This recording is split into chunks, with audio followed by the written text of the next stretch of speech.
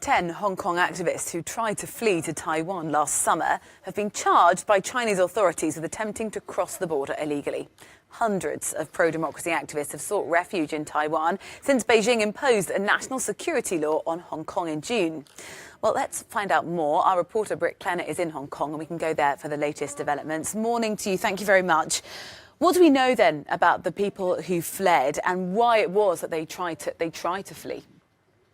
So 10 of the 12 who tried to escape have been charged, and it's understood that the two others are considered minors. So they'll be facing a closed-door hearing, we're told, and that was part of the statement that was released at a later date. Now, the 8 have been charged for attempting to cross the border illegally, and the two others for trying to organise that fleeing attempt on August 23rd.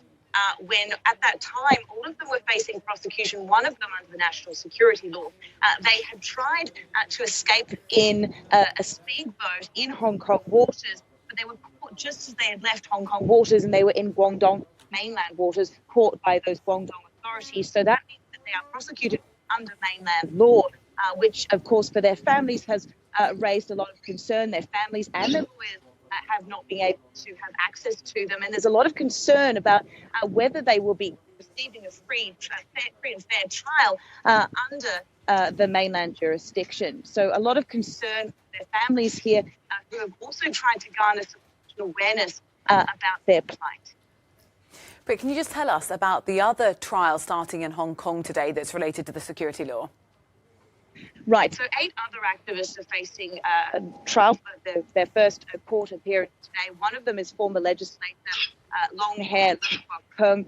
They're accused of inciting others to take part in an unlawful assembly on July 1st, the SAR handover day here in Hong Kong.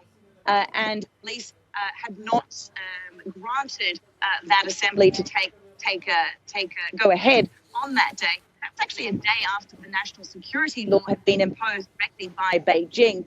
So there's a lot of concern about, at that time, about what the law would mean. The law prosecutes secession, subversion, terrorism, collusion with foreign forces. And Beijing said it was completely necessary to avoid some of the unrest that we saw in Hong Kong last year. But a lot of concern around it. Critics say that it stifles the freedoms that were meant to be guaranteed to the territory when it was handed back to Britain in 1997. Britt, thank you very much, our reporter there in Hong Kong, and just apologies there for the little bit of the intermittent sound.